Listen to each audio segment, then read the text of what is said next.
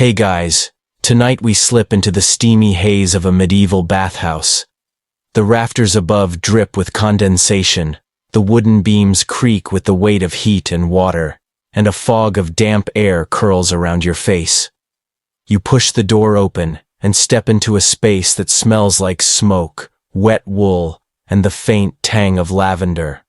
Though honestly, it's mostly sweat. The sound hits you next. Voices lowered but buzzing, like a hive of secrets, layered over the constant slosh of buckets and the hiss of water poured on heated stones. It's easy to picture this world as exotic, distant, maybe even glamorous.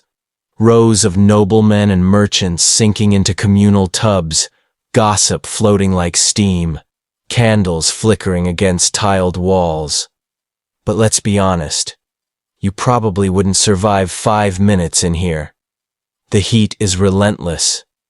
The air heavy with body odor that no sprig of herbs can disguise, and the water you're about to climb into hasn't exactly been filtered by a modern spa system. Still, this is where you work tonight. An attendant, one of the invisible hands keeping the steam-filled machine running. So, before you get comfortable, take a moment to like the video and subscribe, but only if you genuinely enjoy what I do here.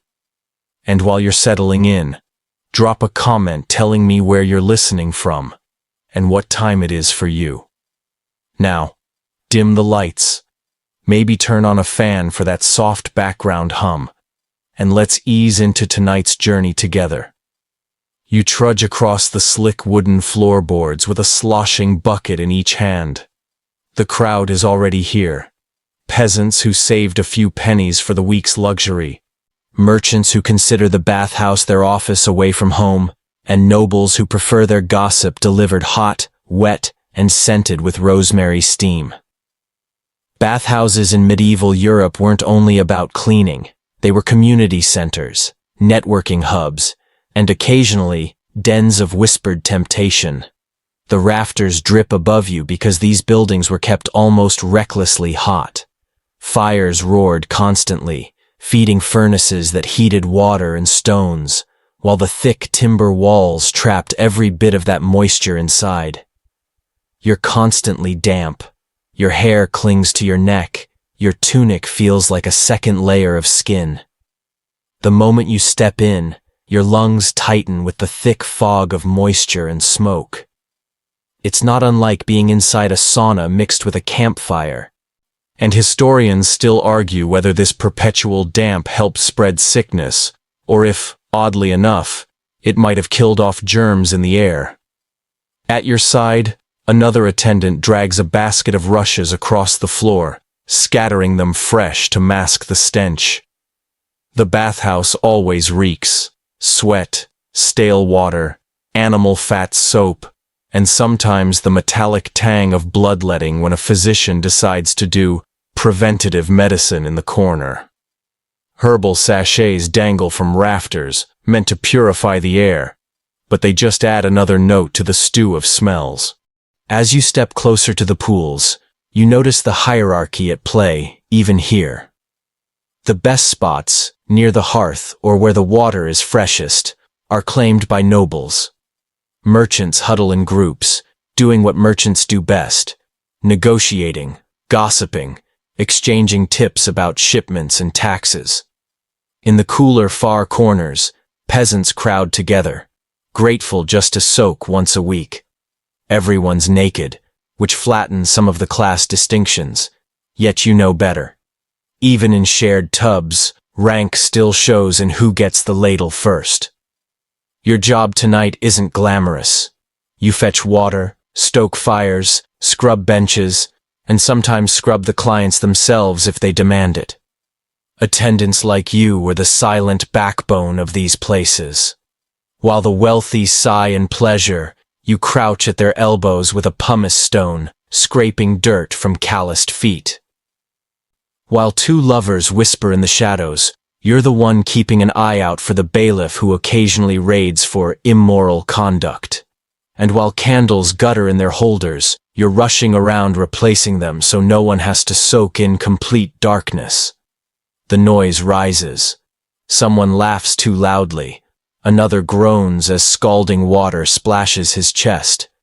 You know how to judge instantly whether someone's enjoying the heat or on the edge of fainting.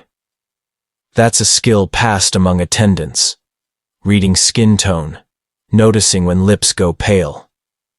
You've seen people collapse before, and once you had to drag a merchant half-conscious into the cool night air, his limbs shaking as though he'd been hexed. He lived, but only because someone poured ale down his throat afterward. That's medicine, apparently, but tonight is ordinary. The tub nearest you bubbles with conversation.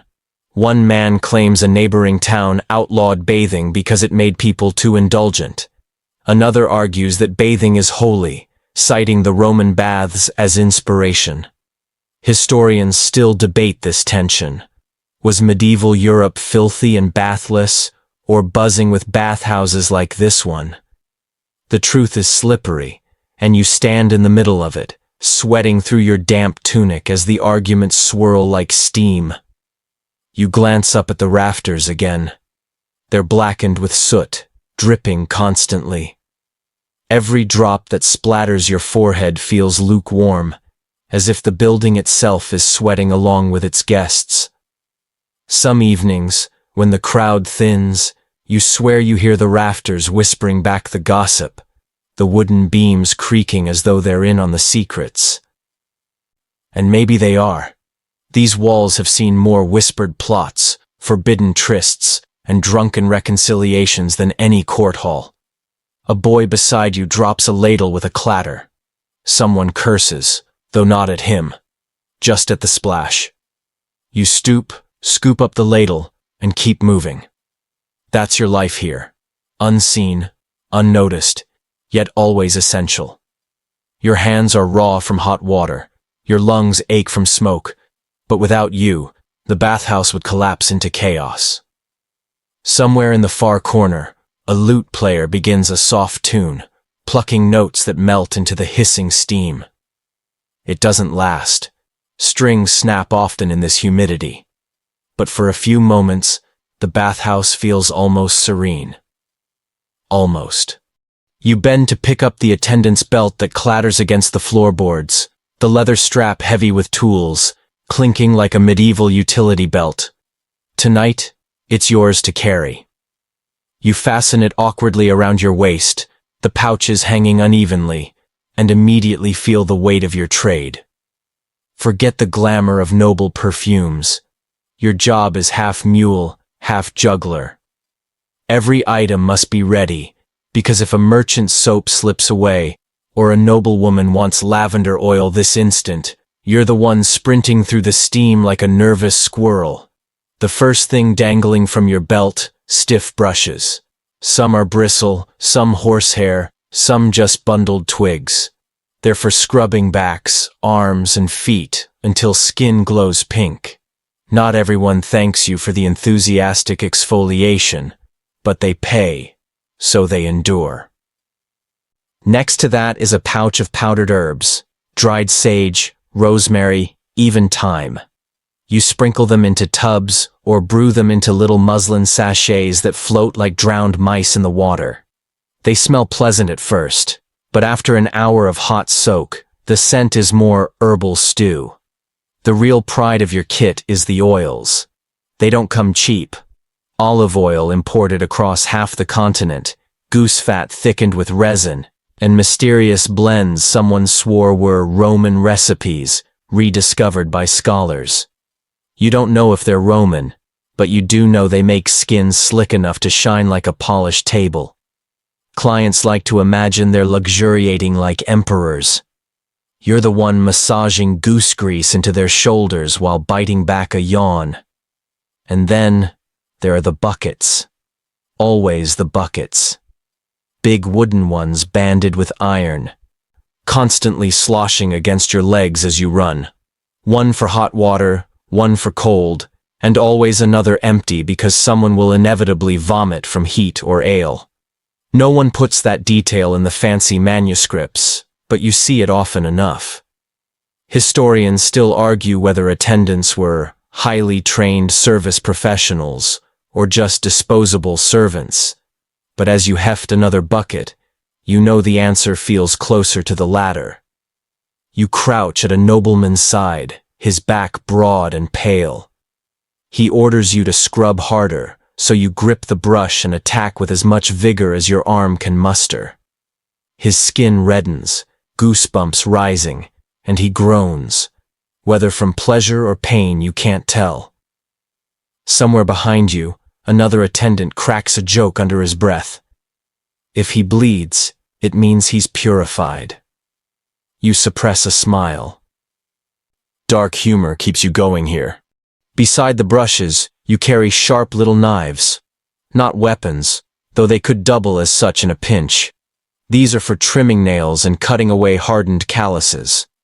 In a society where shoes are rough and streets filthier than a pigsty, foot care is serious business. You once saw an attendant carve a farmer's heel like a block of cheese. The man thanked him afterward, swore he felt lighter. You hope no one asks you to do that tonight, because your stomach flips just remembering. There's also soap. Thick, waxy lumps of animal fat boiled with lye. It squeaks under your fingers, slipping easily from wet hands. You rub it across someone's arms and imagine how much better it would smell if made with coconut or almonds. Instead, it carries a faint whiff of mutton. Clients still love it. It foams up in the water, floating in milky clouds. Children sometimes grab the bubbles and pretend they're clouds of heaven. You just sigh, knowing you'll be cleaning soap scum off the benches after closing.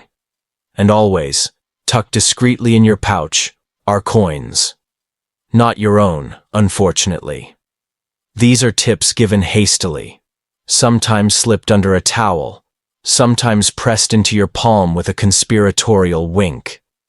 Coins jingling in your pouch aren't a reward so much as a trust. You'll deliver them later to the bathhouse keeper, who will decide how much you deserve. Spoiler: it's rarely enough.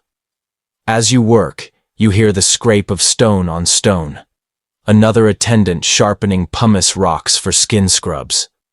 He hums tunelessly, flicking dust into the steam. Someone coughs across the room, and for a moment you imagine the whole bathhouse as one giant organism, hissing, groaning, sweating, coughing, its attendants like tiny red blood cells keeping the circulation flowing. Of course, not all tools are physical. You quickly learn the unspoken ones: a steady smile, an ability to laugh at half-funny noble jokes, and a talent for knowing when to vanish into the steam and when to appear at someone's elbow with just the right ladle of hot water. No manual teaches that. You watch older attendants, study their timing, and mimic until it feels natural. A merchant calls you over. He demands a cup of spiced wine while he soaks. You balance it carefully, praying you don't spill. He grumbles anyway, accusing you of watering it down. You want to point out that his lips are purple from the wine already, but you keep your tongue. Humor, you remind yourself, has its place. But only among attendants, never in front of the clients who tip. Later in the night, when the water grows cloudy and the floor slippery, you'll use your mop, a rag tied to a stick, to swish dirty puddles into the gutters. No matter how often you clean, the bathhouse floor is never truly clean. You suspect it never has been since the day it was built. But no one comes here expecting perfection. They come for steam, for gossip, for a brush across their backs, and a sense of leaving lighter than they entered. So you shoulder your belt of tools, tug the straps tighter, and wade back into the fog, ready to scrape, scrub, oil, and fetch until dawn. Each clink of your belt reminds you, without these brushes, oils, and buckets, the bathhouse would collapse into chaos. You, invisible as you are, keep the place alive. The steam tonight feels thicker, almost alive, and you shuffle forward with another bucket, the hot iron handle pressing grooves into your palm. You glance at the tubs lined along the wall. Shallow wooden barrels for the poorer patrons, deeper carved stone basins for the wealthy. Every vessel swirls with a different hue of water, some cloudy with soap, some dark with herbs, and some ominously murky, like someone tried to stew themselves in it. You kneel beside a merchant whose round face glows beet red. He beckons impatiently, and you pour steaming water from your bucket into his tub. The hiss and rising cloud nearly scald your face. Too much heat, and he'll yelp like a stuck pig. Too little, and he'll accuse you of laziness. Your whole job is this dance, finding the razor's edge between soothing warmth and skin-reddening agony. Some say the bathhouse was where balance was tested. On one hand, the promise of comfort, relaxation, and even luxury. On the other, the lurking risk of fainting, burns, or excessive sweating that medieval physicians warned could leave you vulnerable to disease. Historians still argue whether these attendants were primitive health practitioners or just reckless bucket slingers, but you know the truth lies somewhere in the puddles under your bare feet. The noble woman across the room reclines like she's at a modern spa commercial, except the steam curls her hair into something resembling a startled sheep. You carry a small ladle of cool water to her tub, trickling it gently to take the edge off. She sighs in gratitude, and you catch the hint of a smile. That's 1 point for your skill. A moment later, she orders you to scrub her arms, and you grab your horsehair brush, the bristles scratching like a cat's tongue across her skin. She winces, then insists you keep going. People pay good coin to feel half flayed, apparently. Not everyone handles the scalding well. A farmer's son dunks himself too quickly, letting out a yelp loud enough to startle the lute player in the corner. He leaps out, dripping and furious, while his father smacks the back of his head, muttering that pain builds character. You hand the boy a towel and try not to laugh. Bathhouse attendants develop a sense of humor for these moments, the kind where you bite your lip until it hurts, because laughter in front of customers could cost you supper. One corner of the bathhouse features the hottest of the tubs, reserved for the bold or the foolish. Stones from the furnace glow red before being plunged into the water, releasing clouds of steam so thick they sting your eyes. Patrons boast they can last longer than their rivals, sinking chest deep into what is essentially medieval boiling soup. Some emerge triumphant, others wobble out with faces white as linen. You've seen a man faint mid-soak, sliding under like a dumpling. That was a long night, pulling him out by the armpits and praying he'd cough water instead of going still. He did cough. Onto your tunic, unfortunately. Scrubbing isn't just a chore, it's a ritual. You dip your brush in hot water, scrub vigorously until skin shines, then rinse with ladle after ladle. The rhythm becomes almost hypnotic. Scrape, splash, pour, repeat. Some attendants hum to keep pace. You've caught yourself muttering silly rhymes under your breath, little chants about soap and steam that no one else can hear. In this monotony, your body moves on autopilot, but your mind drifts, imagining quieter jobs, maybe as a scribe or a candle maker. Anything without constant sweat dripping down your spine. Yet there's pride, too. You glance around at the softened faces, the sighs of relaxation, the way tense shoulders slump after a good scrub. You might not earn glory, but you provide a rare relief in lives otherwise hard and dirty. Most of these people trudge through mud, sleep in flea-ridden huts, and eat whatever hasn't spoiled. But here, for an hour, they feel almost clean, almost human.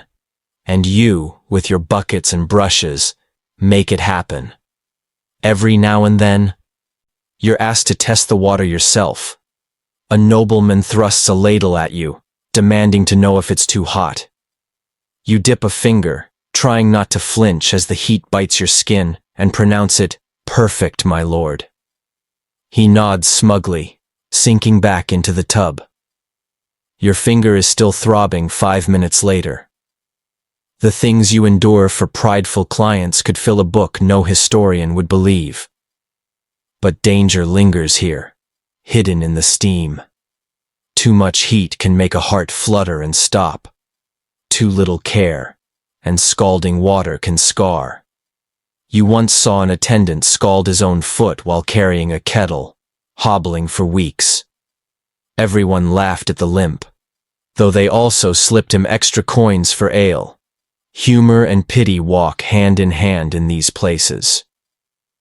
A fringe practice sometimes requested is scalding therapy. A man will insist you pour increasingly hotter water over his limbs to purge illness. You obey, teeth clenched, as he grits through the rising agony. Whether it helps or harms is anyone's guess. Some claim to feel reborn, others shuffle away blistered and muttering curses. Historians still argue if such rituals were medical or masochistic, but from where you kneel, it's clear they were both. As the night drags on, the line between soothing comfort and painful heat blurs. You carry bucket after bucket, adjust tub after tub, your arms trembling with the strain. Somewhere, a boy giggles as he flicks drops of water at his brother. An old woman hums softly, lost in thought. A drunk merchant snores so loudly his bubbles sound like drowning geese. And through it all, you balance the temperature of their world, holding the fragile line between comfort and chaos. You've learned quickly that the steam isn't the only thing filling the bathhouse. Words swirl here just as thickly. Tonight, as you carry another ladle of water across the slippery boards, your ears prick with the hum of conversations overlapping in every corner. This is no quiet retreat. It's a living marketplace of information, where whispers carry as much weight as coins. You pass by a cluster of merchants hunched together in the middle pool. Their voices are low, but you catch fragments. Grain shipments delayed, a new toll on the river road, someone's cousin under investigation for smuggling spices. To you it sounds like background noise, but for them, this is currency. A single overheard detail could mean profit or ruin. The bathhouse, in its own way, is medieval social media. Fast, unreliable, and addictive. At another tub, a pair of minor nobles recline with towels draped over their heads. One leans closer, eyes darting around, and whispers of a marriage alliance gone sour. You can almost feel the air tighten as the other nods gravely, clearly calculating what this could mean for his lands. They think you're invisible, just a sweating attendant with sore arms. But in truth, attendants like you know more secrets than half the scribes in the city archive. Of course, the gossip isn't always grand.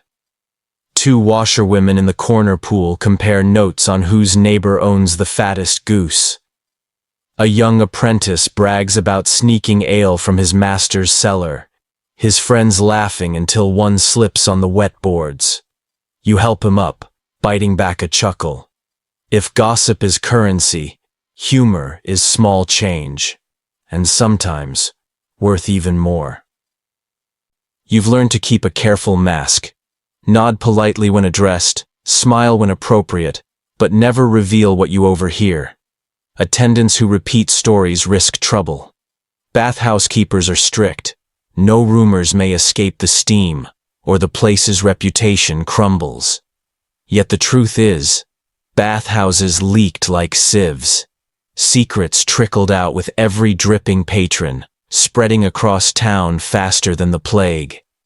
Historians still argue whether bathhouses fueled political shifts, or whether they were just innocent chatterhalls, but you know the truth lies somewhere between.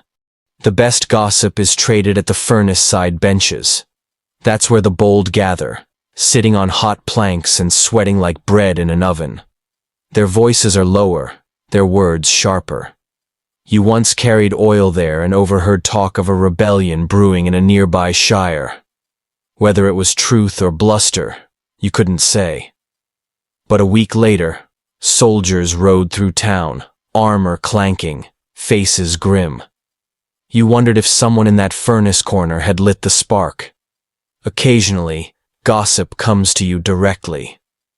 A nobleman, drunk on spiced wine, once confided his fears that his steward was cheating him. He pressed a coin into your hand and demanded you watch the man the next time he bathed.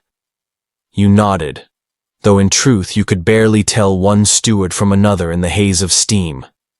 He never asked again, which was lucky. You'd have hated to admit you'd spent the coin on bread the very same night. But the most dangerous whispers are those about illness. Tonight, you hear one. A rash spreading near the mill. Another voice adds, a fever in the north quarter. Patrons exchange worried looks, their laughter dimming. Bathhouses, once seen as healing sanctuaries, could also be feared as breeding grounds for sickness. Some patrons skip their soak for weeks if rumors of plague spread, while others cling tighter, insisting the steam itself is protection. You wonder privately if any of them are right. A quirky tidbit you've picked up over the years. Some believe gossip itself has cleansing power. Just as the hot water purges dirt, sharing secrets purges the soul. You've seen patrons leave lighter, not only because their skin shines, but because they unburden themselves of words they dared not speak elsewhere. Perhaps that's the truest magic of this place. It washes not only bodies, but consciences. Of course, there's always one loudmouth. Tonight it's a merchant bragging about the size of his caravan. He crows that he'll double his profits next season. Half the room listens silently, already calculating how they might undercut him. You shake your head. If he knew how many ears were recording his every boast, he'd drown himself in his own tub. By the time you circle the room again, the gossip has shifted topics. Now it's taxes. Then it's a new bishop rumored to be fond of gambling. Then a scandal involving a knight's daughter and a baker's boy. The topics whirl faster than your buckets, impossible to track, yet strangely comforting. The bathhouse is alive. Its heartbeat not just the hiss of water but the steady pulse of shared words. You set down your bucket and pause for a moment, leaning against a damp post. Around you people laugh, whisper, plot, complain, and sigh. To the outside world, you're just an underpaid attendant. But in here, you are the keeper of 1,000 secrets, the silent witness to a medieval internet made of steam and voices.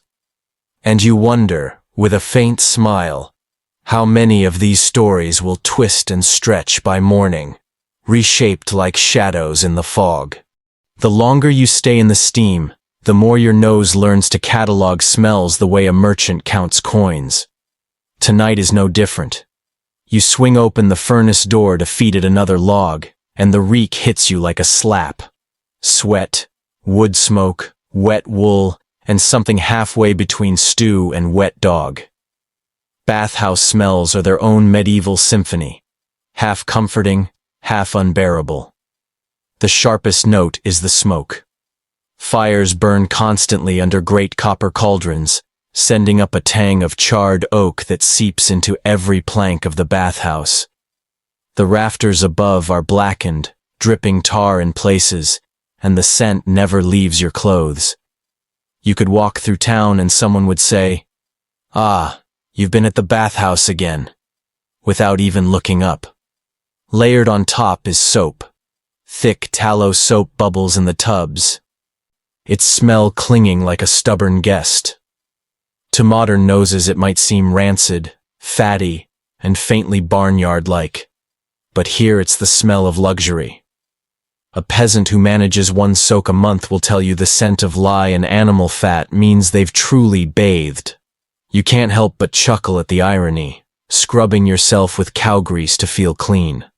Still, you rub it into shoulders and watch the suds swirl away dirt that's weeks old. Next comes the herbs. Sprigs of rosemary, lavender, and thyme are thrown into tubs to mask harsher odors. Sometimes attendants hang bundles from rafters, so when steam rises it carries hints of green fields and summer kitchens. But herbs also create strange effects. Thyme mixed with too much heat smells like burnt hay. Lavender turns bitter in smoke. Tonight, someone dumped in sage, and the air carries the faint suggestion of roasted poultry. Now you're hungry, which feels unfair considering the sweat dripping down your nose. And then, your least favorite, the sour tang of bodies. Naked skin, damp with sweat and water, fills every corner. It's not that people never wash, it's that everyone is washing at once, stewing together in a communal soup of humanity. The scent clings, seeps into pores, and no matter how many rushes you scatter across the floor, the smell rises again by the hour. A curious detail you've noticed: the bathhouse has its own smell cycle. Early evening, when tubs are fresh, the scent is mostly herbs and soap. By midnight, as water clouds and sweat thickens, it shifts towards something closer to boiled leather. And by dawn, after the last patrons stagger out, the air smells like an exhausted beast, spent, heavy, sour. Only when you throw open the shutters does the stink begin to fade. Historians still argue whether medieval people noticed their own odors less, or whether they simply accepted this stew of smells as the price of living together. You, for one, notice every whiff. Of course, not all smells are foul. There are moments when a waft of rose oil cuts through the haze, when a patron splashes perfume at their neck. You breathe it in greedily, letting that one bright note carry you for minutes. Then the scent fades, swallowed by smoke and sweat, and you're back in the mix. One patron tonight complains loudly that the place stinks like a pigsty. Another retorts that the smell proves it's working. If it smells foul, it's purging the devil. He laughs, spraying spittle, and you roll your eyes. Medieval theories of health tied odors to humors and sin. A bad smell wasn't just unpleasant. It was dangerous, corrupting. That's why attendants often fumigated the rooms with juniper smoke, believing it would ward off disease. Whether it worked is anyone's guess. Sometimes you think the only thing it cured was boredom. Your own body joins the chorus of scents. Sweat runs down your spine, your tunic plastered to your skin. You haven't had time to wash yourself properly in weeks. Too busy washing others. When you lean over a tub, your smell mingles with the client's, and no one notices the difference. You chuckle quietly. The irony never gets old. The cleanest people in town are served by the dirtiest. Now and then, a quirky odor surprises you. A barrel of mustard seeds once split in the storeroom, and the whole bathhouse smelled like a giant pickle for a week. Another time, a Russian merchant brought tar soap, so potent it made your eyes water. Patrons claimed it cured everything from lice to melancholy. You weren't convinced, but the smell certainly cured anyone of lingering too long. You carry a bundle of rushes soaked in herbs, scattering them along the wet floor. They crackle underfoot, releasing faint, grassy smells. It's a losing battle, but it makes you feel like you're fighting back against the swamp. The smell shifts for a moment, cleaner, sharper, before sinking back into the stew. Some attendants joke that you can tell a bathhouse by its signature stink. A Parisian house smells of rose oil and river mud. A German one reeks of beer and pine resin. This one? Smoke, sweat, sage, and faintly of stew. If someone bottled it, you'd call it ode to survival. You pause, ladle in hand, inhaling. The mingled odors cling to your lungs, heavy but familiar. For better or worse, this is the perfume of your profession. And whether patrons realize it or not, they're paying not just for hot water, but for this strange blend of scents that no other place in town can offer. You wipe your brow with the back of your sleeve, squinting through the haze. The tubs tonight look like stages in a strange theater, and on each stage the actors are arranged by invisible rules. It doesn't matter that everyone is naked. The hierarchy still sweats through, hotter than the water itself. Closest to the furnace, where the steam is thickest and the water hottest, sit the nobles. Their bodies glisten with oil, attendants like you circling them with brushes and pitchers. They speak loudly, half to each other, half to ensure everyone else hears. A noble's joke ripples across the room, whether it's funny or not.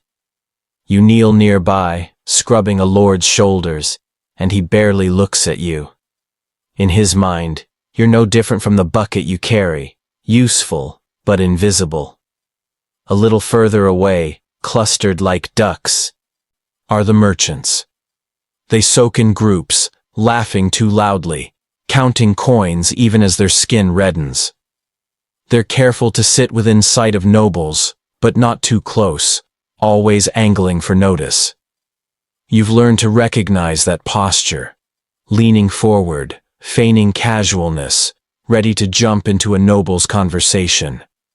They pretend equality, but the tubs themselves reveal the truth.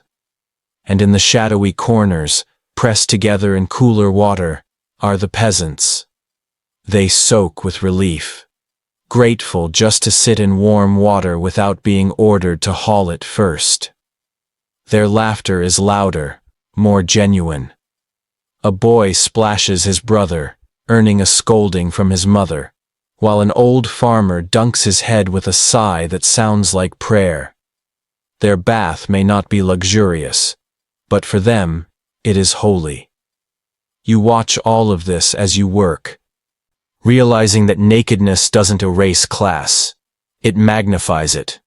The nobles still demand first service. Merchants still jockey for attention. Peasants still wait for what's left. Even in the bathhouse, hierarchy drips down like the condensation on the beams above. Historians still argue whether bathhouses were equalizers of medieval society, but standing here, you know they mirrored the world outside more than they erased it. Occasionally, the classes mix. A noble might wander to the merchant pool to eavesdrop. A merchant might buy a peasant a soak to curry favor. But these are rare moments, fragile as bubbles. Most often, the divisions hold. The tubs themselves act as invisible fences, steaming barriers of wood and stone. You recall a night when a knight's squire mistakenly slipped into a noble's pool. The room fell silent, every eye fixed on him. He froze, half submerged, until the knight barked a laugh and waved it off. But the message was clear. Know your place, even in your skin.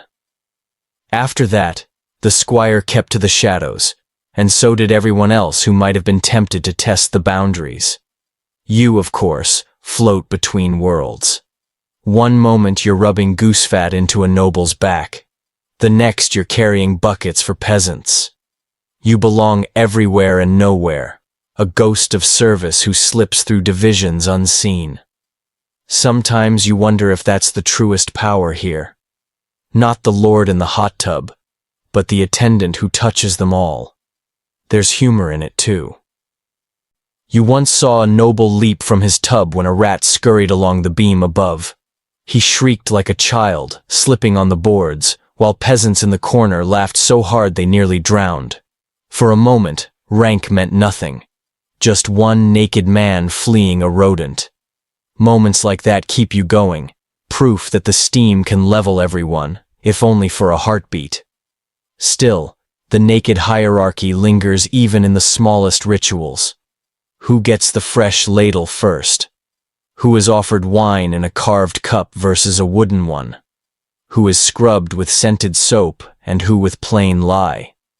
These details matter more than words, and you learn them instinctively. An attendant who misplaces the order of service can cause offense that echoes for weeks.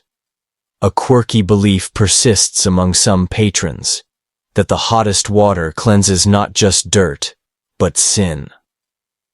Nobles cling to this, claiming their spots nearest the furnace prove their moral superiority.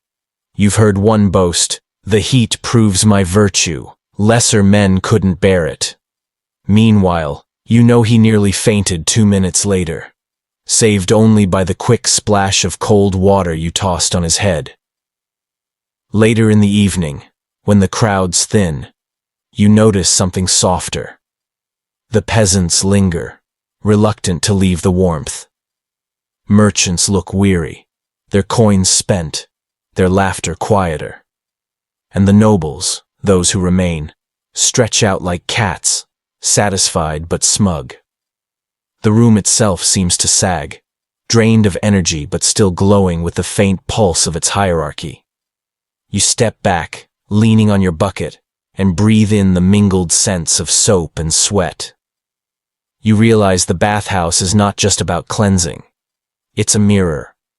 Fogged but faithful, showing everyone their place in the world, even stripped bare. And though you are the one without a tub, without a moment to soak, you see more clearly than any of them where each truly stands. The night deepens, and the bathhouse grows hotter, heavier. You wipe sweat from your brow with the back of your hand, only for it to return instantly. The air feels thick enough to drink, and the clamor of voices has softened into something dreamlike. You'd think people come here just to wash away grime, but you know better. Many step through the door seeking cures, protection, or even blessings. You crouch beside a stout farmer who insists that sweat is the body's way of banishing sin. He mutters prayers between gasps, clutching a wooden rosary that's gone slick from steam. He demands hotter water, hotter still, until his skin shines scarlet. You obey, though you half expect him to collapse. He believes the heat drives out his wickedness, bead by bead, drop by drop. Historians still argue whether such sweating rituals were spiritual medicine or superstition disguised as health. You, pouring another ladle, know it's probably both. Across the room, a thin man with a trembling voice insists on leeches. Yes, leeches, in the bathhouse. He sits perched on a stool, his arm extended, while a physician ties a strip of cloth above his elbow. The leeches wiggle eagerly in a clay jar, dropped one by one onto his skin. You grimace as they latch, his blood slowly trickling away. Some patrons look on with horror, others with approval. It draws out the bad humors, the physician intones. You keep your distance. The last thing you want is a leech wriggling free and floating into the main pool.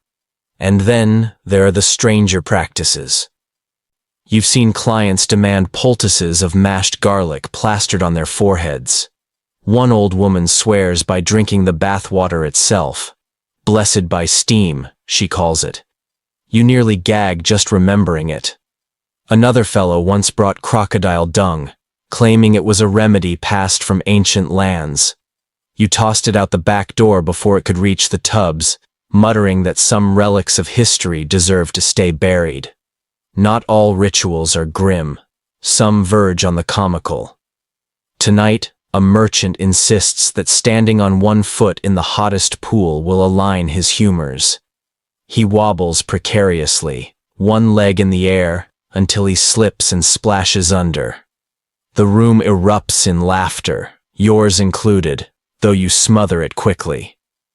The merchant resurfaces sputtering, declaring he feels cleansed.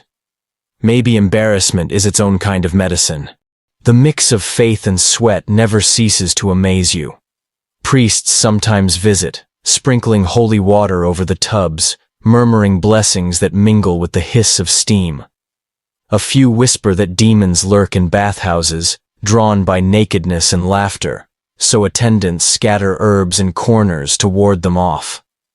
You've even seen symbols carved into beams above, rough crosses scorched into wood as protection. Whether it wards off evil or just makes the rafters uglier, who can say? And always, the heat itself is viewed as a cure. Patrons swear that sweat expels everything: fevers, aches, melancholy, even envy. A noblewoman once proclaimed that she left behind her bad temper in the tub. You were tempted to check if it was floating in the scum afterward. You didn't find it. Quirky remedies aside, there's a genuine rhythm to these superstitions. The bathhouse is both clinic and chapel, cure and confessional. Patrons step out of the steam with skin glowing, but also lighter in spirit, as if the sweat carried away more than dirt. Perhaps that's why they return week after week, not just for warmth, but for a sense that they're fighting invisible battles against sin, sickness, and sorrow. One evening, a debate broke out between a scholar and a healer. The scholar argued that sweating drained vital energy, weakening the body. The healer countered that heat invigorated the blood, restoring balance. Voices rose, steam billowed, and soon both men were red-faced, not from argument alone, but from the water boiling at their waists. You tried to calm them, offering ladles of cool water, but neither would back down. To this day, historians still argue the same point. Was the medieval bathhouse healthful or harmful? For attendants like you, the answer is simple. It depends on who faints first. You drag a heavy bucket to refill a cooling tub, watching as an old man closes his eyes, lips moving in a silent prayer. He looks peaceful, as though the steam itself carries his words upward. You wonder how many unspoken hopes float invisibly in this room, tangled with the vapors. It makes you pause, just for a heartbeat, to feel the weight of all those superstitions pressing around you. And then someone calls your name sharply, demanding more hot water, and you're back in motion. The rituals may vary, leeches, herbs, prayers, but for you, it's always the same. Keep the steam rising, keep the water flowing, and keep the patrons believing that the bathhouse holds their cure. The night wears on, and though the steam grows heavier, the mood in the bathhouse shifts. The laughter is quieter now, the wine jugs are lighter, and patrons slip into softer conversations. For you, however, the work doesn't end. If anything, it grows trickier. Because beneath the scrubbing and sweating, the bathhouse is also a marketplace. One where the currency isn't just gossip, but coins sliding discreetly under towels. You've learned the art of catching them. A nobleman stretches out his hand as if scratching his thigh, leaving a silver piece pressed beneath the damp cloth you've just placed. A merchant slips a copper into your palm with a handshake, his skin slippery with soap. A washerwoman drops a coin into the wooden bucket you're carrying, as if it were a wishing well. Each coin jingles faintly. A secret sound swallowed quickly by the hiss of steam. Officially, tips belong to the bathhouse keeper. Attendants like you are expected to turn them over at the end of the night, receiving a meager share in return. Unofficially, everyone keeps a few coins tucked deep in their pouch. You've mastered the skill of palming one into your belt without breaking stride. Too obvious, and the keeper will notice. Too clumsy, and the patron feels cheated. It's a delicate balance, like adjusting the bathwater. Too hot, too cold, and you'll get burned. But money isn't the only transaction here. Side deals bloom in the shadows. A merchant tonight leans toward you, whispering, "Keep the water hotter for me than for him." He nods toward his rival across the tub. You shrug, pretending neutrality, but you make a mental note. A hotter ladle costs you nothing but earns you loyalty, or resentment, depending on who notices. In another corner, two lovers meet in secret, sliding closer in the shared tub while others pretend not to see. They press a coin into your hand for silence. You take it, because silence is part of the job. Attendants are the custodians of discretion. You scrub backs, yes, but you also scrub away evidence.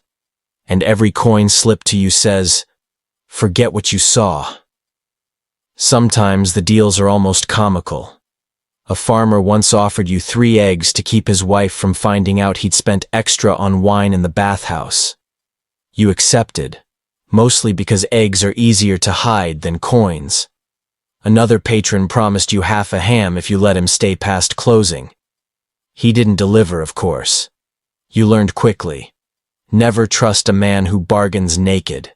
Still, coins clink steadily into your pouch tonight. Each one carries weight, not just in silver, but in the unspoken trust or desperation behind it. You wonder sometimes if you earn more in these side tips than the keeper does in official fees, but you never dare count them here. Coins are safest unseen until you're alone, far from watchful eyes. A quirky detail about bathhouse attendants. Some were known to keep ledgers, scribbling down who tipped well and who was stingy. You don't write, but you keep a ledger in your head. Nobles tip generously if flattered enough. Merchants tip only if they think it buys them an advantage. Peasants rarely tip at all, though when they do, the coin feels heavier, because you know it costs them more to give. Of course, the bathhouse keeper has his own tricks. He stations attendants strategically, making sure the most generous patrons are never left unattended. He notices if someone leaves the bathhouse with lighter purses than expected. He even conducts surprise checks of your pouch, fishing through damp coins with a frown. You keep a decoy stash, just enough to appear honest. The real treasures hide elsewhere, slipped under floorboards or tied in cloth beneath your tunic. Tonight, you catch yourself smiling as a coin slides into your palm. Not because it's wealth, you'll likely spend it on bread before dawn, but because of the game. Every transaction here is a little secret, a wink between you and the patron, a tiny conspiracy against the order of things. And you, poor as you are, become for a moment a broker of small, slippery deals. Historians still argue whether bathhouse attendants were trusted servants or petty thieves. You laugh quietly to yourself. Why not both? Without bending rules, you'd starve. Without earning trust, you'd lose the very coins slipped your way. You live in that gray steam between honesty and necessity, where morals drip away like water on the floorboards. As you gather another bucket and move through the haze, you hear the faint chime of coins clinking together in your pouch. It's almost like music, blending with the drip of rafters and the hiss of boiling stones. A hidden rhythm, only you can hear. And though your back aches and your hands are raw, you feel a flicker of pride. Tonight, once again, you've not only kept the tubs filled, you've kept the side economy of whispers, winks, and coins alive. The steam curls heavier now, blurring the lamps until they glow like halos. You shuffle past another tub, and the sound that rises from it isn't laughter, or prayer, or even groaning at too hot water. It's hushed, urgent whispering, the kind that makes your ears sharpen. You already know what it is before you glance sideways. Scandal. The bathhouse, despite the holy smoke, the herbs, and the occasional priest's blessing, is not innocent ground. Naked bodies in close proximity make for blurred lines, and attendants like you walk the razor's edge of looking without seeing. Tonight, a pair of townsmen lean too close together in the corner, hands brushing under the surface of the water. Their eyes flick around nervously, but you catch the coin one presses against the other's palm. Not for you, this time, but for silence between them. You've seen worse. Lovers sneaking glances across tubs, slipping away to the side rooms where steam hides more than it reveals. Sometimes it's harmless, two young people caught up in the heat and the thrill. Sometimes it's dangerous, an alderman meeting someone he shouldn't, or a priest caught lingering too long where vows forbid. You never speak of it. You'd be a fool to. And yet, every secret like this adds to the strange, almost electric undercurrent that hums beneath the bathhouse walls. Historians still argue whether medieval bathhouses were dens of sin or perfectly respectable public institutions. Standing here with a dripping towel in one hand and the memory of last week's scandal burned into your mind, you know the truth again lies in the middle. Respectable during the day, shadowed at night. Soap and steam for some, temptation and secrecy for others. Of course, scandal has its practical side. Officials raid occasionally, marching in with stern faces and raised voices, accusing the house of immorality. The attendants scatter, pretending ignorance, while patrons scramble for towels and excuses. More often than not, the officials leave with their pockets heavier. A bribe, a fine, a shared wink at the keeper. The raids are performances, the fines simply another tax collected in the fog. You've even carried coins to the bailiff yourself, slipping them under his cloak while he thundered about moral decay. There's comedy in it too if you squint.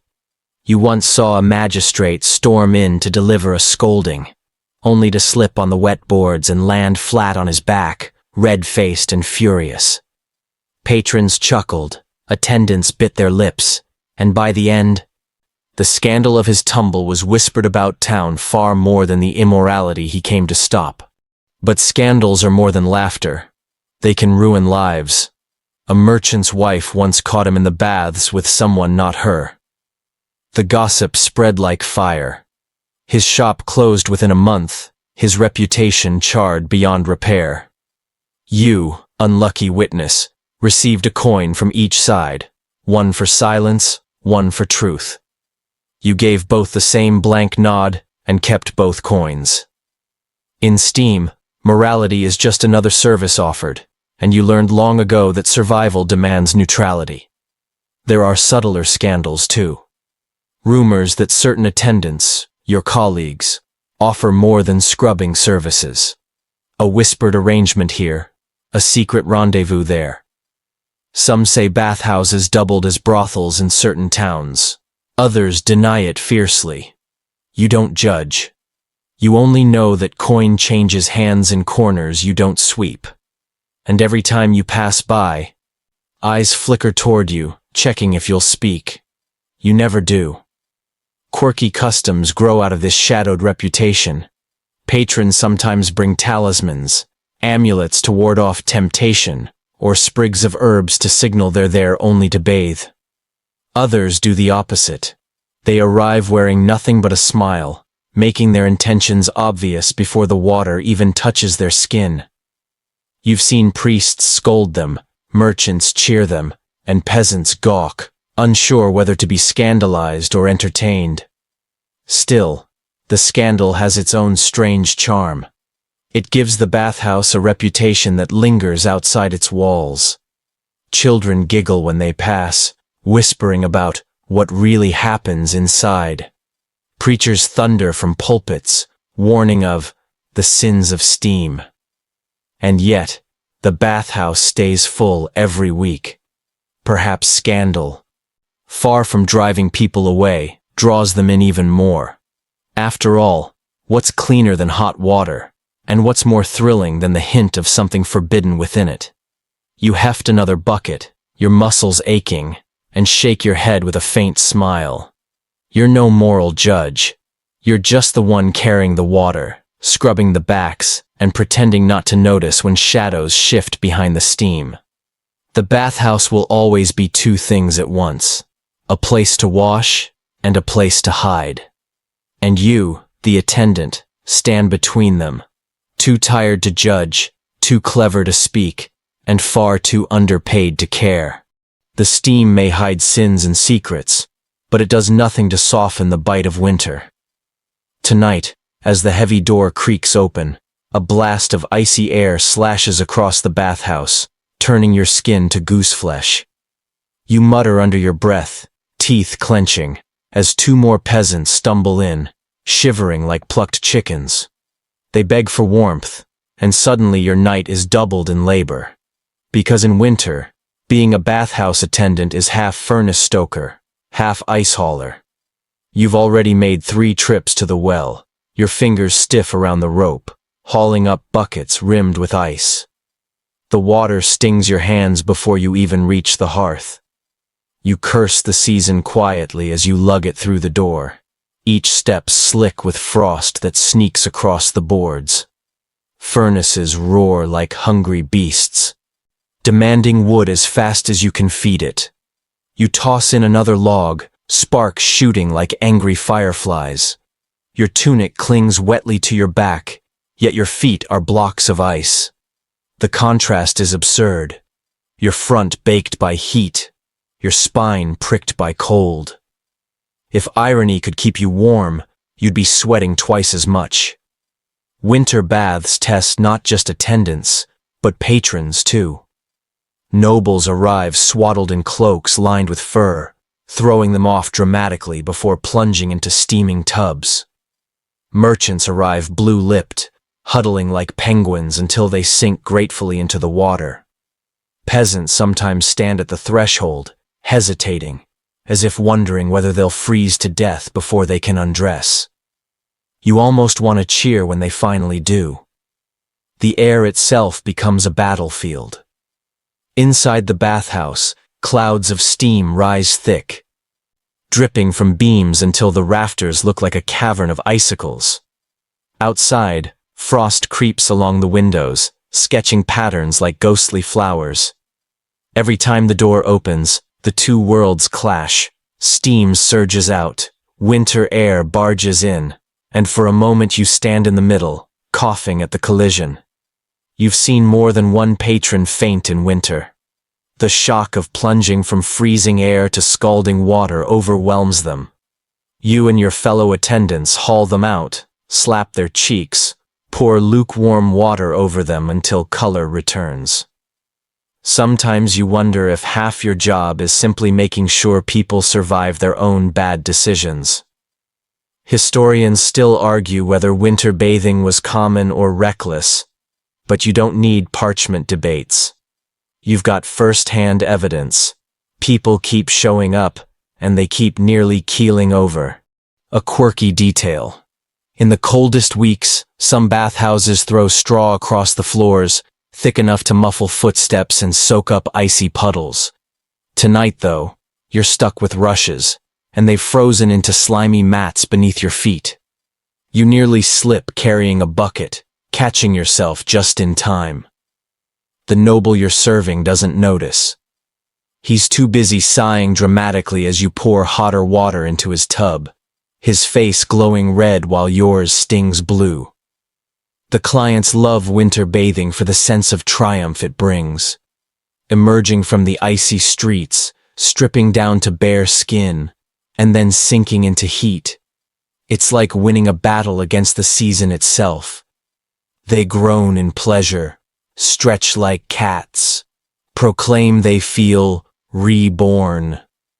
You, meanwhile, feel like a mule shuttling between fire and frost, half cooked in front, half frozen behind. Still, there's a strange beauty to it. You step outside once to fetch more water, and the night sky is alive with stars, crisp and merciless. Steam curls from the bathhouse roof like a sleeping dragon, drifting into the frozen air. For a moment, you pause, bucket dangling from your hand, and the world feels sharp and silent, cut from glass. Then someone shouts inside for more wood, and the spell breaks. Back to labor. Occasionally, winter brings unexpected comedy. One drunken merchant once raced from the tubs straight into the snow outside, convinced he could harden his body by rolling in it. He returned shrieking like a banshee, his skin blotched red and white, slipping across the boards while attendants scrambled to cover him. The memory still makes you grin, though you try to hide it.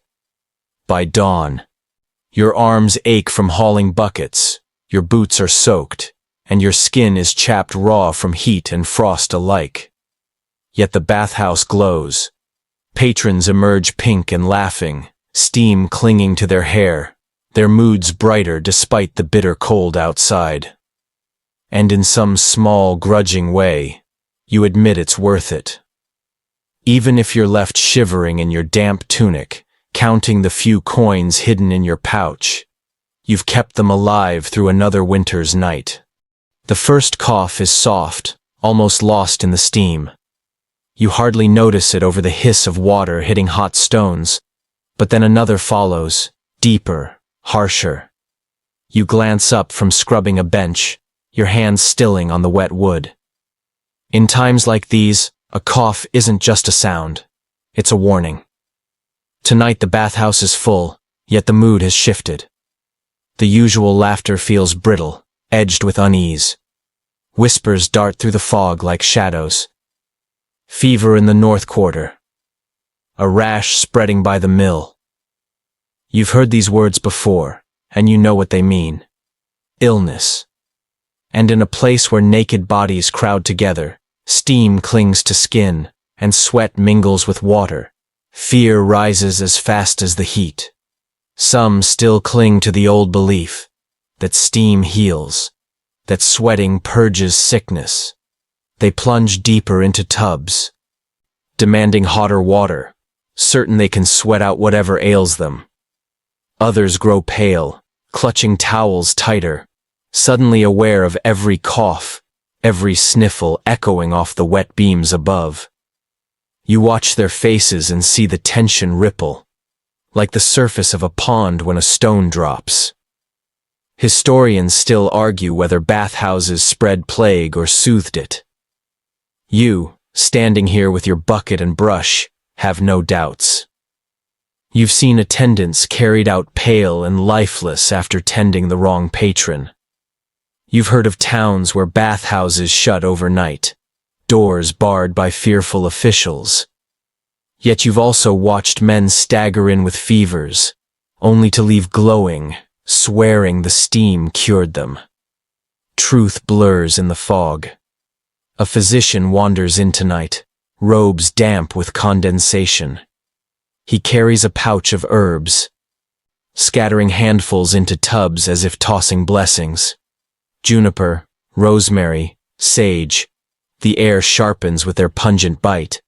He claims it wards off disease, that smoke and scent drive out corruption. Some nod eagerly, clinging to the ritual. Others mutter that no herb can banish death once it creeps in.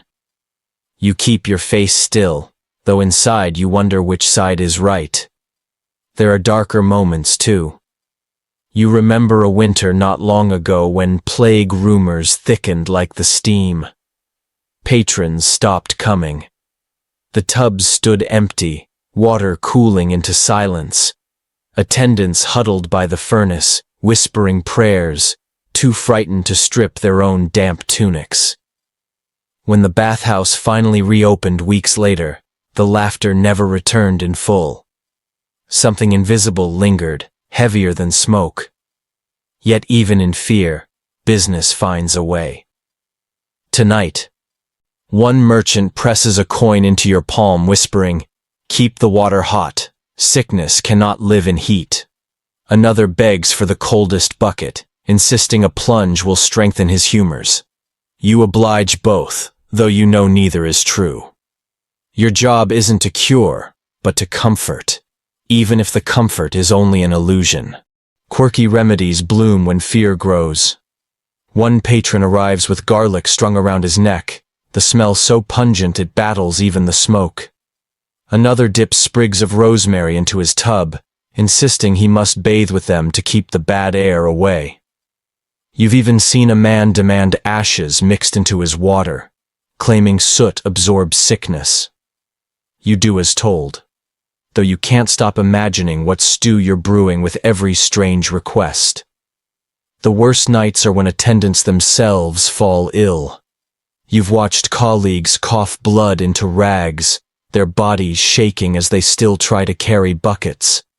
They fear being sent away more than death itself, because being dismissed means no bread, no roof, no coin for their families. You remember one friend, pale as wax, insisting he was fine. He vanished a week later. The keeper never said where he went, no one asked. And so you move carefully tonight, holding your breath when you hear another cough, washing your hands in the hottest buckets when no one's looking. You know it may do nothing, but rituals keep the fear at bay. In a bathhouse, survival is as much about belief as about health. The irony never escapes you. A place built to cleanse, to heal, to soothe, can just as easily become a trap. Steam, once a comfort, becomes suffocating. Every cough rings louder. Every whisper of plague makes the walls drip colder. And you, poor attendant, stand in the middle, keeping the tubs filled, the fire fed, the illusions alive, knowing full well that you're as vulnerable as anyone soaking in the water. Yet when the night ends and patrons step back into the frozen streets, they leave looking calmer, even hopeful. Perhaps that is the bathhouse's truest magic, not curing sickness, but masking fear for a few hours. You sweep the floor, scatter herbs, and try not to think about what waits beyond the door. The steam clears for a moment as someone opens the heavy bathhouse door, and with the rush of cold air comes a reminder. Not every bathhouse smells, sounds, or feels the same. You've heard stories from traveling merchants, and once or twice you've seen them yourself, each region shaping its own rituals and steam. Tonight, as you lean against a damp post, you imagine them all laid out, as if you could step from one to the next without leaving the fog.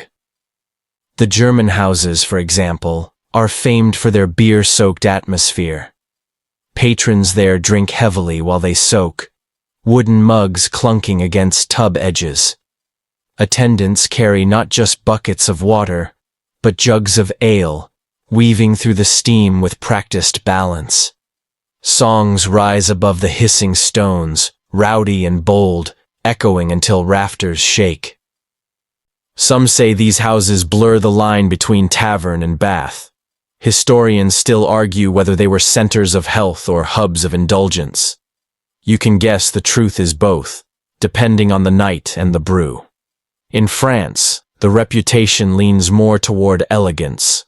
Perfumed oils flow more freely, rose petals scattered into tubs for the wealthy. Attendants wear slightly cleaner tunics, instructed to move gracefully, as though their very presence should soothe. Here, the bathhouse becomes an extension of courtly life. Gossip polished into wit, scandals veiled in silk. You imagine yourself in such a place, carrying a pitcher of lavender water instead of your heavy, soot-stained bucket.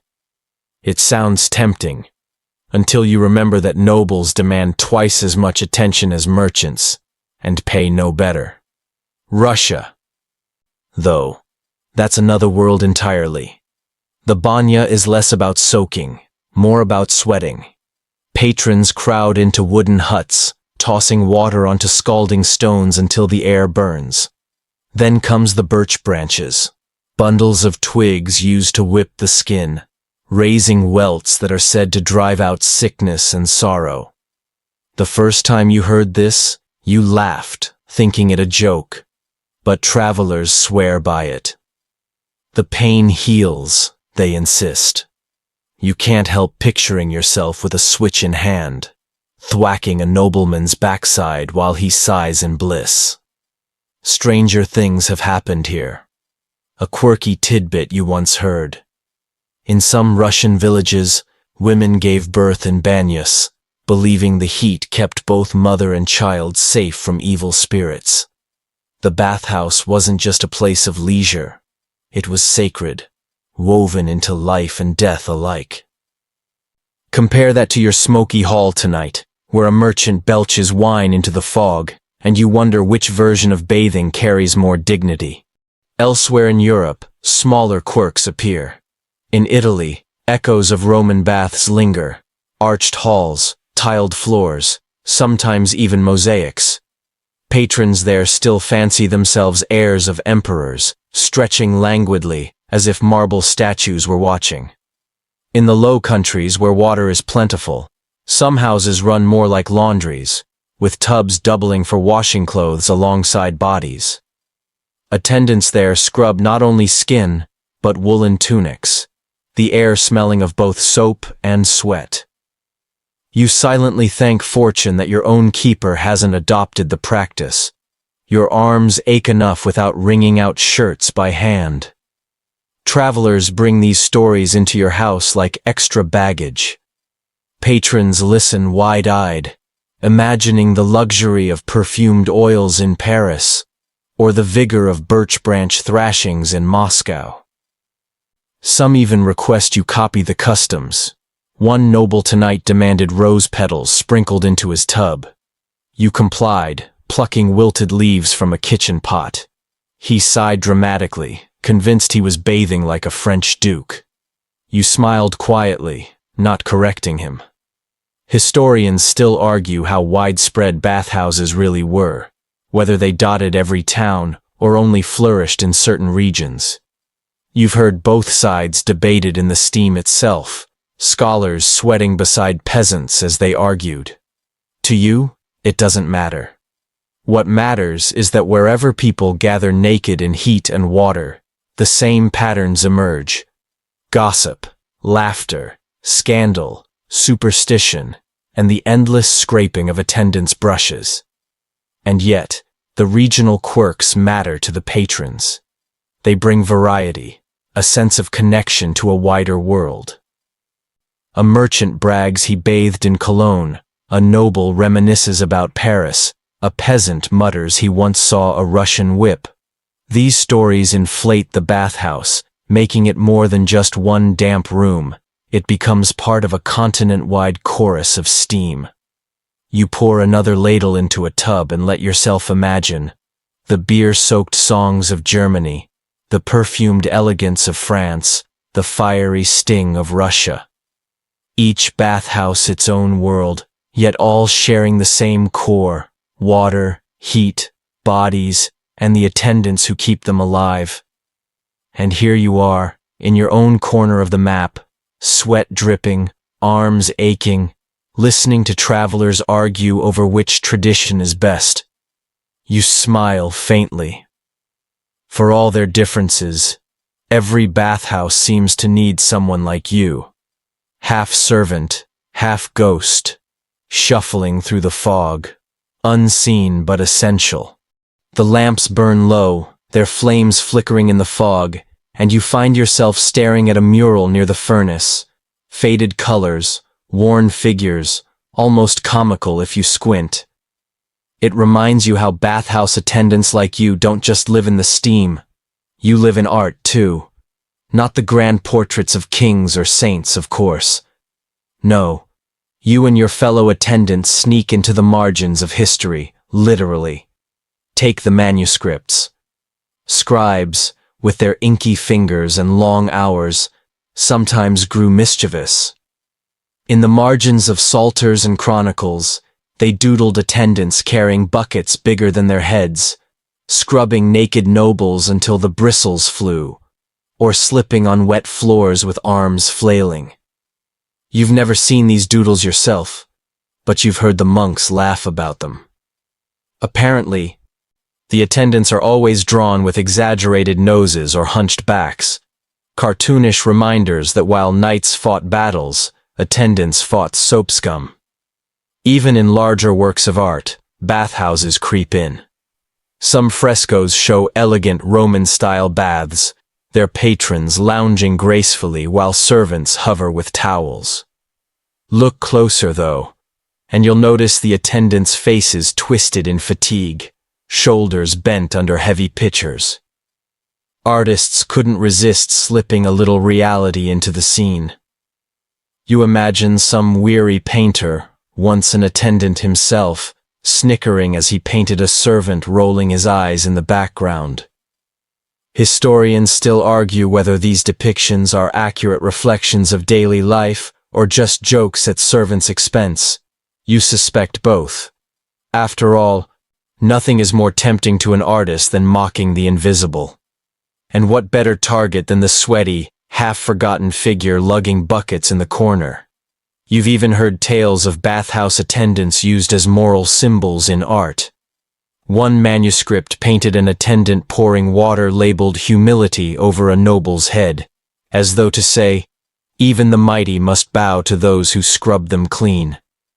Another showed an attendant holding a brush in one hand and scales in the other, a sly nod to fairness, or perhaps to bribery.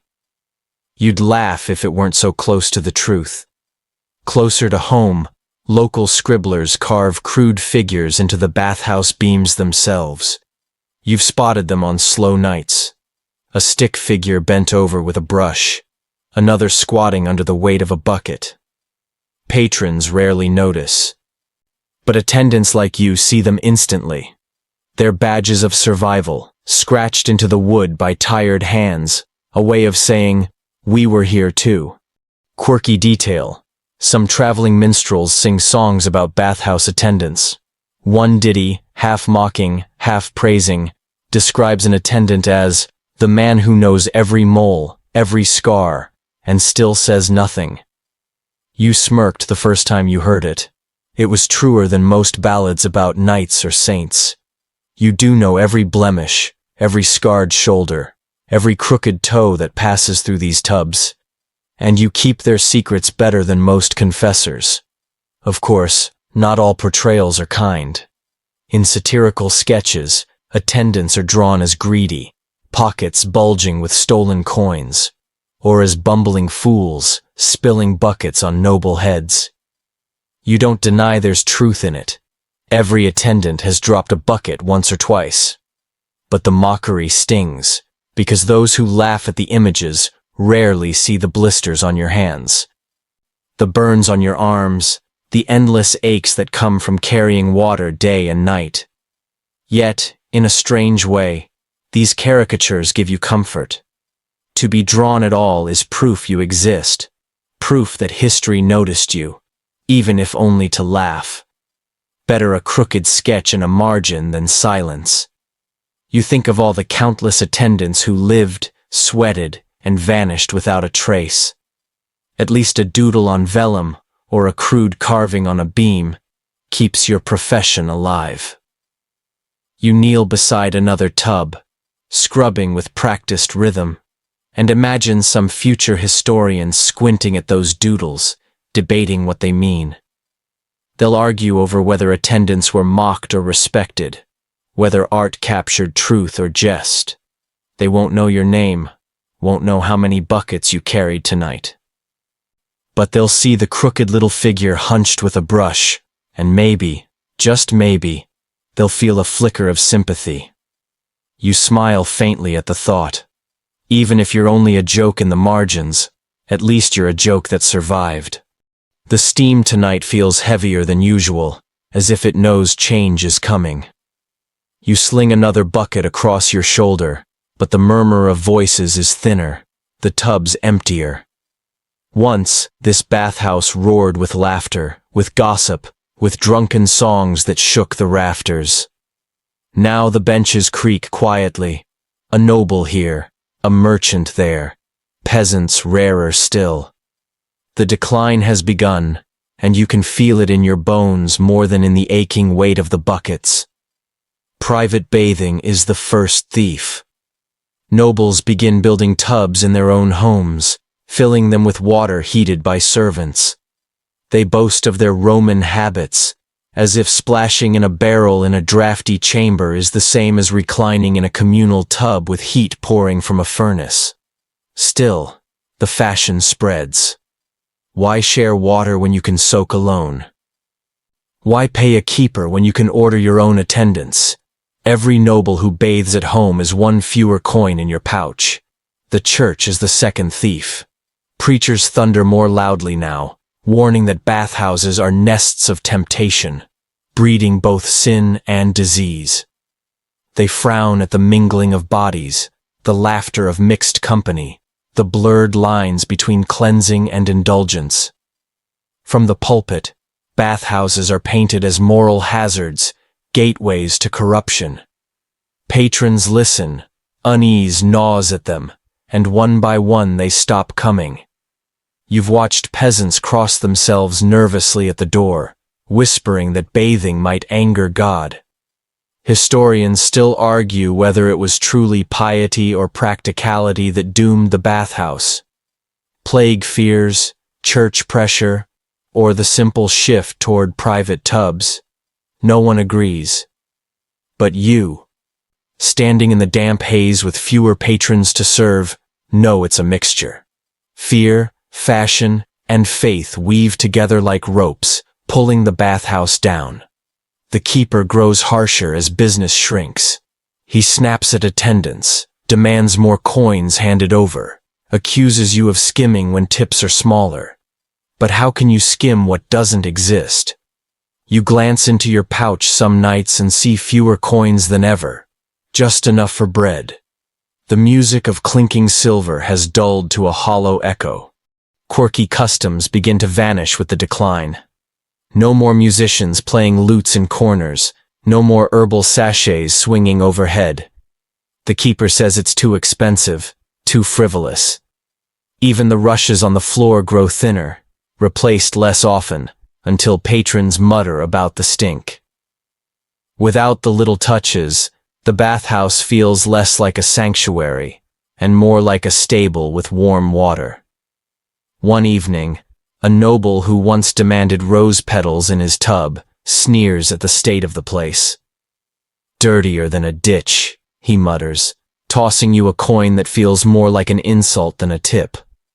He leaves early, vowing not to return. You scrub the bench after him, your knuckles white against the wood, wondering how long until the last noble, the last merchant, the last peasant walks out and never comes back. Yet the bathhouse doesn't die all at once. There are still nights when laughter echoes, when gossip hums, when scandal simmers in the steam. But they're rarer now, like sparks in fading embers. You cling to them, as if you can keep the fire alive by remembering the heat. Still, you can't ignore the creeping cold that seeps in around the edges. Attendants whisper of leaving. One talks of finding work in a monastery kitchen, another of joining the city watch. You consider it yourself, though you can't imagine a life without steam in your lungs and buckets on your shoulders. The bathhouse has been your prison and your home, your burden and your livelihood. To abandon it feels like abandoning part of yourself. On slow nights, when only a handful of patrons soak, you catch yourself staring at the furnace. Its flames crackle steadily. But even they seem smaller, quieter, as if the fire knows it won't be fed forever. You imagine the day when the doors will shut, the tubs dry, the rafters silent except for the drip of forgotten water. And you wonder, when that day comes, will anyone remember the attendants? Will the scholars, the artists, the historians write of the sweat, the burns, the laughter swallowed in steam? Or will your world vanish like condensation on a window, leaving only faint smudges behind? You tighten your grip on the bucket, determined to carry on at least one more night. But in your heart, you know, you are serving in a place already fading, a ghost of its former self. The bathhouse is quieter tonight, The kind of quiet that doesn't mean peace, but absence. You walk between the tubs and hear only the drip of water from the rafters, the faint crackle of the furnace. No lute plays in the corner, no merchants roar with laughter, no nobles demand hotter water with dramatic sighs. Just a few scattered patrons, half asleep in the steam, their voices soft as moth wings. You feel it in your chest. The end. The great age of communal bathing is slipping away, evaporating like the very steam that once made these halls alive. Fewer coins slip under towels. Fewer secrets float through the air. And your arms, once strong from endless buckets, ache not from overwork, but from carrying too little. You keep moving anyway, because habit is harder to extinguish than fire. The keeper mutters of closing earlier each night, of cutting attendance from the payroll. His eyes flick to you, and you know he wonders if you're worth keeping. Once, attendants were the heart of the bathhouse. Now you are ghosts, flickering between the last patrons like shadows. Historians still argue whether bathhouses died from plague fears, from church condemnation, or from noble fashions. You, standing here with damp tunic clinging to your ribs, know they died from all of it. Bit by bit, coin by coin, night by night. You think of the art you once laughed at, the doodles in manuscripts, the attendants sketched as hunched clowns with buckets too big for their bodies. Perhaps that's how the world will remember you. Not as people, but as caricatures and margins. And yet, there's comfort in that. Even a crooked drawing means you existed. Even a joke is better than silence. Tonight, as you scatter herbs along the floor, you pause. The smell is faint, half-hearted. The herbs are old, brittle, no longer fresh sprigs gathered from the fields. Patrons don't notice. Most keep their eyes closed, chasing warmth more than luxury. Still, you notice, and it weighs on you. The steam itself feels tired. Quirky detail. One patron insists on humming as he soaks, an old tune you can't place. His voice wavers, but the sound fills the hollow bathhouse like a fragile thread. You close your eyes for a moment, listening, and for a heartbeat the room feels alive again, as if the ghosts of laughter and gossip are leaning in to hear the song. When the patrons finally leave, their footsteps echo louder than usual, fading into the cold outside. You sweep the rushes, mop the boards, and look around at the empty tubs. The air is still thick, but it no longer feels like a living thing, just damp. You place your brush down, your hands trembling not from labor, but from the knowledge that soon, perhaps very soon, there will be no more buckets to carry, no more backs to scrub, no more coins slipped in secret. And as you stand in the fading steam, you wonder, what happens to attendants when there are no more baths to tend? Do they vanish like the vapor, unseen and unremembered? Or do they linger, carved into the memory of stone walls and dripping beams, part of the hidden history of labor and sweat? You have no answer. You only know the fire is dying, and with it, a way of life.